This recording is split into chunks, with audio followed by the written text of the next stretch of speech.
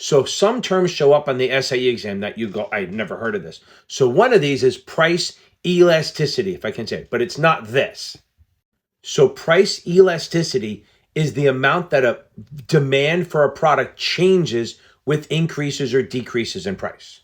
So normally, if you raise prices, the demand will drop. That's just normal. Costs more, less people can buy it, whatever.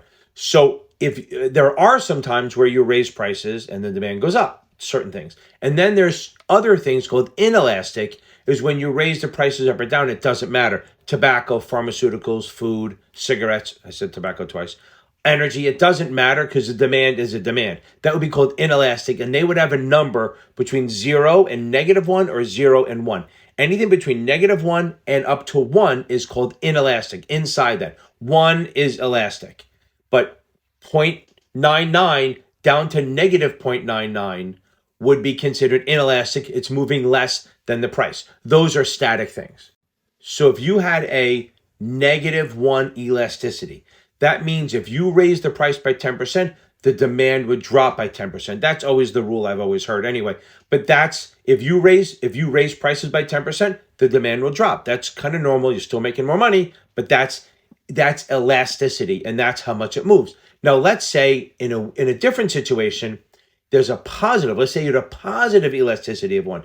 That means if you increase the price by 10%, the demand will increase by 10%. And there are some people who want to buy quality. And there are some items or services that the more you charge, the more the demand is. Almost like in my tutoring business. If I charge $185 an hour, if I booked it up to $200 or $250, there might be more demand. I literally had a hedge fund call me the other day and go, wait, why are you only charging this? You should charge more. Like, they didn't want to use me at first until they got the referrals, that because I was charging too little.